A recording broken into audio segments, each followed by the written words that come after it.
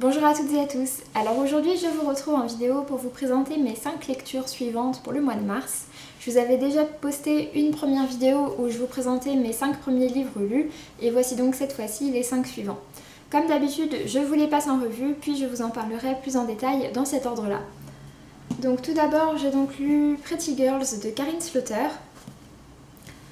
Ensuite j'ai lu No et moi de Delphine de Vigan. Puis j'ai lu Zouk de Pierre Bottero. Après ça, j'ai donc lu Il faut qu'on parle de Kevin de Lionel Shriver. Et pour finir, j'ai donc lu Big Fish de Daniel Wallace. Donc c'est parti avec Pretty Girls de Karin Slaughter. J'ai donc reçu ce livre en partenariat avec Babelio et la maison d'édition Mosaïque, puisque donc voilà, il y avait 30 exemplaires il me semble à gagner sur Babelio. Accompagnée donc de places pour la rencontre avec l'auteur à Paris. Donc je faisais partie des 30 sélectionnés et donc du coup voilà, j'ai reçu le livre par la poste et j'ai été conviée donc à la rencontre avec Karin Slaughter qui se tenait quelques jours plus tard, à savoir donc le 18 mars. J'avais donc lu le livre avant de me rendre à la rencontre afin voilà, qu'on puisse poser plus de questions et c'est vrai que voilà, tout le monde avait lu le livre donc du coup on a pu en parler vraiment en détail, on a pu parler de la fin etc. et donc c'était plus intéressant comme ça. Donc au niveau de l'histoire dans Pretty Girls on va suivre deux sœurs, Lydia et Claire. On les retrouve une vingtaine d'années après l'enlèvement de leur grande sœur Julia. C'est un enlèvement qui est resté complètement irrésolu, on ne sait absolument pas qui était son ravisseur et d'ailleurs le corps de Julia n'a absolument jamais été retrouvé. On retrouve donc ces deux sœurs une vingtaine d'années après, sauf que ça fait quand même de très nombreuses années qu'elles ne s'adressent plus du tout la parole, j'ai eu du mal, suite à certains événements. Sauf que au début du roman, il va se passer certaines choses qui vont faire que les deux sœurs vont être amenées à se revoir, puisqu'entre autres le mari de Claire va se faire assassiner et qu'une jeune fille qui peut un peu faire penser à Julia va être enlevée dans la région. Les deux sœurs vont donc être amenées à se revoir et Claire va découvrir certaines choses suite à la mort de son mari. Ce sont ces découvertes qui vont en fait entraîner les deux sœurs dans une sorte de spirale assez infernale et ce qui va faire voilà, qu'on va vraiment tomber dans un thriller psychologique. L'horreur monte vraiment au fur et à mesure, monte vraiment crescendo tout au long du roman. Pour ma part, j'ai donc trouvé que le roman était très immersif, on rentre très rapidement dans le récit, on s'attache quand même assez rapidement également aux personnages, même si ce sont deux sœurs avec des assez gros caractères et qui sont loin d'être des filles parfaites. Mais voilà, pour ma part, ce sont des personnages que j'ai beaucoup apprécié suivre. Et donc on rentre complètement, on est complètement immergé dans cette histoire et donc du coup forcément quand on tombe un petit peu plus dans quelque chose qui se rapporte à de l'horreur, et bien le lecteur aussi commence un petit peu plus à flipper. Donc voilà au niveau de l'histoire, ce que ça raconte. Pour ma part, le seul point négatif que j'ai trouvé par rapport à l'histoire, c'était concernant la fin. Je veux pas du tout vous la spoiler, mais c'est juste que voilà, j'ai trouvé qu'elle était un petit peu trop gentille par rapport à toute l'horreur, à toute la montée en puissance qu'il y avait auparavant. Et donc du coup, je trouvais que c'était un petit peu en contradiction avec ça. Malgré tout, j'ai vraiment adoré ce livre. En plus de ça, donc les passages avec les deux sœurs sont alternés avec les lettres que le père a écrites à sa fille Julia, donc celle qui est disparue. Et ce sont des lettres qui sont vraiment très touchantes et qui sont très belles. De manière générale, le livre est vraiment très très bien écrit. On n'est pas uniquement dans un polar, dans un thriller avec un récit captivant. L'écriture en elle-même est vraiment très très belle aussi. C'était le premier thriller psychologique de l'auteur. Auparavant, elle a écrit déjà une quinzaine de romans, mais uniquement des romans policiers, donc dans lesquels on suivait un enquêteur, il me semble que c'est quasiment le même dans tous ses romans. Et donc cette fois-ci, elle a voulu passer de l'autre côté, du côté des victimes, et plus exactement du côté des victimes collatérales, puisque les deux sœurs qu'on suit ne sont pas directement touchées, mais subissent un peu les conséquences de tout ça. Et donc voilà, j'ai trouvé que c'était vraiment très intéressant, c'est un récit qui m'a beaucoup plu, je lui ai mis un 4 sur 5, et je lirai avec plaisir d'autres romans de Karin Slaughter. Ensuite, j'ai donc lu No et moi de Delphine de Vigan. Alors, pour la petite histoire, c'est un livre que j'avais envie de lire depuis la sortie du film qui remonte à 2011. Donc voilà, j'ai quand même pas mal traîné avant de le lire.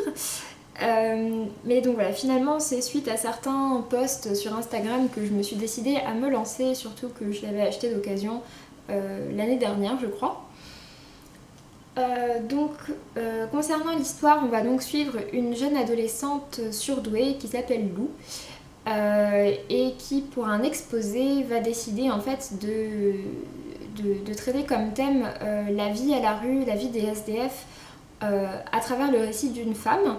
Elle va donc suivre en fait une jeune femme qu'elle avait rencontrée et qui est donc SDF. Elle va lui poser beaucoup de questions et cette jeune femme, c'est donc No. Les deux filles vont se lier vraiment d'une amitié très profonde et très sincère. Il y a vraiment une très très belle histoire d'amitié qui va se créer entre elles deux. Et c'était vraiment un récit très touchant, qui était vraiment très intéressant. Après, donc voilà, il y a pas mal de personnages en plus de ça qui gravitent autour. On suit également la famille de Lou, qui est une famille assez détruite par un événement qui s'est passé quelques années auparavant. Et donc voilà, on suit un peu tout ça, on suit également un petit peu un jeune garçon, Lucas, qui est dans la classe de No et qui va devenir leur ami à toutes les deux. C'est un jeune homme que pour ma part j'aurais bien aimé suivre davantage, apprendre davantage de choses sur lui. Il est également dans une situation familiale qui n'est pas très évidente et voilà, j'aurais trouvé ça vraiment intéressant d'en savoir plus le concernant. Il y a également certains autres petits points du livre que j'aurais aimé voir un petit peu plus traités, notamment quand No cherche du travail. Voilà, je trouve qu'il y a certains éléments qui auraient pu être un petit peu plus abordés. De manière générale, je trouve que c'est un récit moins abouti et moins poignant que Rien ne s'oppose à la nuit de la même auteure, qui était un récit également beaucoup plus personnel puisque c'était un peu l'histoire de la vie de la mère de Delphine de Vigan. Mais voilà, c'est vrai que du coup, No et moi, enfin forcément je les compare et forcément No et moi est en dessous pour moi. D'ailleurs comme Les Heures souterraines que j'avais également lu de la même auteure, ces deux récits qui ont beau être très beaux, très bien écrits, etc. pour moi restent vraiment en dessous de Rien ne s'oppose à la nuit, qui est vraiment un livre absolument dingue parmi voilà, les romans contemporains français. Rien ne s'oppose à la nuit est vraiment excellent et donc du coup bon. J'aime un peu moins ceux-là, qui ont d'ailleurs été écrits auparavant. Mais malgré tout, c'est une histoire que j'ai vraiment trouvée très touchante. Donc voilà, je lui ai donc mis un 4 sur 5. J'ai beaucoup apprécié ma lecture. Ensuite, j'ai donc lu Zouk de Pierre Bottero. C'est un livre que j'ai lu sur les recommandations de Margot, donc Margot liseuse, que à mon avis vous connaissez toutes et tous. Elle avait parlé de ce livre en disant qu'elle trouvait ça impressionnant comment Pierre Bottero, un homme de 40 ans, avait pu se mettre dans la peau d'une jeune fille anorexique de 17 ans. Et voilà, c'est vraiment ce qui m'avait donné envie de lire ce livre, c'était vraiment son avis et cette phrase notamment qu'elle avait dit. Et c'est vrai qu'en lisant ce livre, c'est exactement ce que j'ai ressenti. Je suis complètement d'accord avec cette phrase. Je trouve que Pierre Bottero a vraiment une très très grande justesse dans ce livre. Et donc comme vous l'avez compris, on suit donc une jeune fille qui s'appelle Zouk, qui a 17 ans, qui est passionnée de danse et qui va donc sombrer dans l'anorexie petit à petit. À la base, c'est une passion qu'elle partage avec sa meilleure amie Maïwen, mais les deux adolescentes vont un peu s'éloigner puisque Maïwen va s'enfermer dans une relation qui n'est vraiment pas positive pour elle, une relation assez destructrice. Et en parallèle, donc Zouk va complètement sombrer dans l'anorexie avec tout ce qui va autour, donc également une dépression, un isolement, etc. J'ai trouvé que c'était un récit vraiment donc, très juste et très touchant. On voit vraiment donc l'impuissance des parents et des proches de Zouk face à tout ce qui se passe, puisqu'ils se rendent compte de tout ce qui se passe, mais ils n'arrivent pas à en faire face. Et une fois que Zouk décide de sortir de l'anorexie, on voit vraiment à quel point c'est difficile pour elle, à quel point elle a du mal. Voilà, c'est un récit que j'ai vraiment trouvé très touchant, très poignant. Il fait 150 pages, donc ce qui est assez court, mais c'est vraiment les 30 dernières pages qui m'ont énormément touchée et émue. C'était 30 pages qui étaient vraiment très très bien écrites, qui étaient avec une écriture assez légère, assez aérienne et en même temps très poignante. Voilà, ça m'a vraiment énormément plu. Pour moi, c'était un petit coup de cœur. Je lui ai donc mis un 5 sur 5. Ensuite, j'ai donc lu Il faut qu'on parle de Kevin, de Lionel Shriver. C'est très difficile justement de parler de ce livre. Je l'avais déjà un petit peu abordé dans ma vidéo consacrée à ce livre qui était sorti le 22 mars. C'était le jour où j'avais terminé ce livre et c'était également le jour des attentats de Bruxelles. Et voilà, dans ma tête, ça avait fait il y avait certaines connexions qui s'étaient faites et donc voilà, j'avais sorti cette vidéo. Mais en me disant que je reparlerai de ce livre avec une critique un petit peu plus construite, un petit peu plus classique. Sauf que c'est très difficile de parler de ce livre. Ça fait plusieurs fois que j'essaye et bon voilà, c'est pas très très probant à chaque fois. En gros, donc c'est l'histoire, enfin ce livre est uniquement constitué des lettres d'Eva, donc la mère de Kevin, et ce sont donc des lettres qu'elle va écrire à Franklin, le père de Kevin. Kevin, à la veille de ses 16 ans, va tuer froidement 9 personnes de son lycée, dans un meurtre, un massacre complètement prémédité, complètement prévu et complètement calculé. D'où il faut qu'on parle de Kevin, puisqu'effectivement, il y a matière à dire. Dans ses lettres, Eva va se confier sur tout ce qu'elle n'a jamais osé dire, tous les secrets qu'elle a toujours pu garder. Et c'est un récit qui est très très étrange. C'est un livre qui est très intéressant, qui est très intriguant, mais qui en même temps est vraiment très dérangeant et qui laisse vraiment une sensation de malaise et de manière très récurrente au cours de la lecture, puisqu'en fait, donc, quasiment dès le début, Eva est persuadée que son fils est un enfant malsain qui lui veut du mal et qui veut du mal à ses congénères, aux personnes autour de lui. Et voilà, Franklin, son mari, part du principe que non, leur enfant, comme tous les enfants, est une personne gentille, etc. Mais Eva n'est pas du tout du même avis.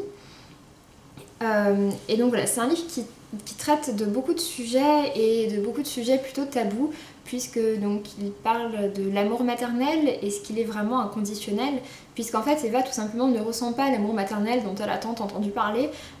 Face à son fils, elle ne le ressent pas. Et puis en plus de ça, donc le livre parle aussi de la bonté de l'homme. Est-ce que finalement tous les humains naissent bons? Est-ce qu'il y a des personnes qui sont juste fondamentalement mauvaises? Ça traite également de l'éducation, de la part de l'éducation, de l'environnement, etc. Et en plus de ça, il y avait un autre thème abordé à la fin du récit et qui m'a pour ma part beaucoup intriguée, qui était de savoir, qui était de voir comment ces jeunes adolescents américains se retrouvaient finalement à commettre des massacres uniquement pour être considérés par les personnes autour d'eux, par les adultes autour d'eux notamment. Et c'était vraiment très dérangeant de ce côté-là. Il y a vraiment quasiment une course à qui a fait le massacre le plus horrible. Et c'était vraiment... Enfin voilà, c'est un aspect qui pour ma part m'a vraiment beaucoup touchée. Mais c'était assez bizarre comme lecture de manière générale. C'est assez compliqué de parler de ce livre. Je pense que si comme ça le pitch vous intéresse, je vous encourage vraiment à le lire parce que ce livre est vraiment un coup de génie pour ma part, je trouve, de la part de l'auteur. Dans le sens où voilà, elle nous fait vraiment passer par 36 000 émotions, on est complètement, comme je disais, mal à l'aise face à ce livre, etc. Et je trouve que voilà, c'est vraiment le signe que l'auteur a absolument réussi son pari. Pari un petit peu flippant, bon voilà. Mais voilà, c'était vraiment un livre passionnant entre aveux, secrets, malaise. Malaise face aux relations entre la mère et son fils, entre le père et son fils. Et surtout avec une question qui revient du début à la fin, à savoir pourquoi. Pourquoi est-ce qu'il a fait ça, etc. Peu à peu, tous les personnages voilà, se posent cette question. Et forcément, nous, en tant que lecteurs, on se la pose aussi. Mais comme je disais, pour ma part, je trouve vraiment que c'est un livre qui est vraiment un coup de maître. Je trouve que c'est incroyable ce que Lionel Shriver a pu nous faire ressentir. Enfin, pu me faire ressentir et également, je sais, faire ressentir à d'autres lecteurs à travers ce livre. Et donc voilà, j'ai vraiment très envie de découvrir cette auteure féminine à travers d'autres de ses romans, puisque les autres ont l'air de traiter de sujets un petit peu moins horribles. Et donc du coup, là, ça m'intrigue pas mal quand même, parce qu'après avoir fait ce livre, c'est un petit peu spécial. Mais dans tous les cas, voilà, je pense que je verrai le film qui est sorti également en 2011. Et puis qu'une fois que ce sera vu une fois, je pense que je ne le reverrai pas et que je ne relirai pas le livre. C'est un livre qui est très intéressant d'avoir lu une fois, mais je pense pas que j'aurai le courage de me replonger dedans une deuxième fois. Ensuite, j'ai donc lu pour terminer donc Big Fish, justement, je l'ai lu juste après parce que j'avais vraiment envie de quelque chose de complètement différent et de plus léger, comme je pense que ça peut se comprendre. Donc concernant Big Fish, c'est donc le livre qui est à l'origine du film Big Fish réalisé par Tim Burton, qui est mon film préféré de tous les temps. C'est un film que je trouve absolument génial, que j'adore complètement. Et donc dans le livre, on va suivre l'histoire d'Edward Bloom, qui est un vieil homme et qui sur son lit de mort va revenir sur certaines anecdotes, certains passages de sa vie qu'il va raconter à son fils, qui est devenu un adulte depuis quelques années déjà. Et donc voilà, il raconte beaucoup de petites anecdotes, sauf que cet homme est réputé pour toutes ces histoires justement un petit peu abracadabrantes, et sans qu'il soit non plus qualifié de menteur, on va dire qu'il est un peu considéré comme un affabulateur par tout le monde. Tout le monde pense qu'il en fait des caisses et qu'il exagère. Mais donc voilà, le fils va quand même laisser son père revenir sur tous ces éléments-là. Au niveau de ce livre, ce que j'ai vraiment trouvé très intéressant, enfin ce qui me vient en premier à l'esprit par rapport à ce livre, c'est la poésie qu'il renferme. Je trouve que voilà, c'est vraiment un récit très poétique, très bien écrit, et qui nous met vraiment dans une ambiance incroyable, qui est exactement l'ambiance du film, je trouve. Jusqu'au ton de couleur, etc. Je trouve que c'est vraiment exactement ce que renferme ce livre, et donc voilà, ça m'a énormément plu de retrouver à nouveau tout ça. Il y a certaines scènes assez marquantes du film qui sont décrites exactement telles quelles dans le livre, et donc voilà, je trouve que c'est vraiment génial. Je trouve que le livre en fait en soi est moins bon que le film, mais par contre je trouve que c'était une excellente source d'inspiration parce qu'il y avait énormément de choses à traiter et à réutiliser, et d'ailleurs c'est ce qu'a fait Tim Burton. Mais les raisons qui font que je préfère le film, c'est tout d'abord qu'il y a plus de liens entre les histoires. Je trouve tout le récit est plus articulé. Le côté fantastique est un tout petit peu présent dans le livre, alors qu'il est vraiment assumé dans le film et plus poussé dans le film. Et enfin, surtout, la relation entre le père et le fils, entre donc Edward Bloom et son fils, est beaucoup plus abordée, beaucoup plus traitée dans le film, alors qu'elle est un petit peu survolée, je trouve, quand même, dans le livre. Après, voilà, c'était un sujet qui tenait vraiment à cœur à Tim Burton au moment où il a réalisé le film, puisque c'était un petit peu après la mort de son père. Mais donc voilà, je trouve que c'est certains tout petits points négatifs qu'on peut trouver à ce livre. C'est pas un livre qu'il faut lire en gros pour son histoire, parce que voilà, c'est plus un récit, comme je disais, poétique, avec plein de petites scènes très sympathiques, de petits souvenirs, etc. Mais voilà, par contre je pense que si vous avez apprécié le film, vous apprécierez vraiment ce livre, surtout qu'on y retrouve, comme je disais, vraiment certaines scènes exactement pareilles. Et si vous n'avez encore jamais vu le film, il faut absolument que vous voyiez ce film. Mais donc voilà, sur ce, j'en ai fini. J'ai donc donné un 4 sur 5 à ce livre. Et sur ce, donc j'en ai fini. Je vous dis donc à très bientôt pour un prochain point lecture, ou peut-être un book haul du mois de mars, je sais pas encore, je verrai. Sur ce, je vous laisse et je vous dis à très bientôt. Salut!